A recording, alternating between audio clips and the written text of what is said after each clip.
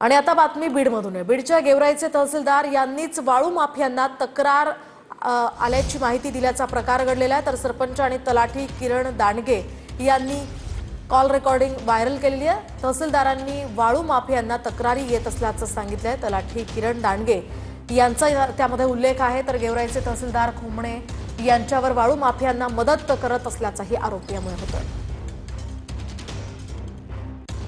विषय आपल्या दोघांना तिसऱ्या माणसाला माहिती होत नाही।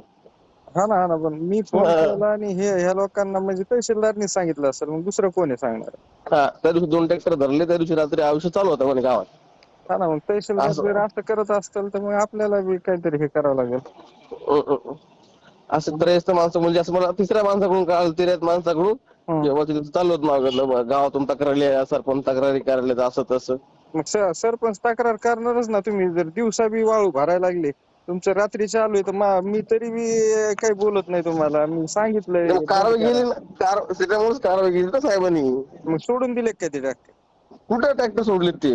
मग कारवाई केली तर लावलेली नाही काय तहसीलला? पण हे तहसीलदार साहेब चुकतंय ना, असे बातम्या लीक करणं। म्हणजे आम्ही तुम्हाला सांगतोय आणि लोकसेवकांनी अशा गोष्टी करणं चुकीचं आहे त्या। नाही, हे आपल्याला माहित नाही किस्सा आहे, पण त्या दिवशी ट्रॅक्टर नंतर मला दुसऱ्या दिवशी माहित झाला। तुम्ही आपल्या दोघांच्या दिवशी आपण मी कोणाला म्हणत नाही, मी डायरेक्ट सांगत होतो गावातून 10-5 लोक फोन करायला। गावातून 10-5 लोकांचे फोन यायले, तक्रारी यायला तर बंद करा।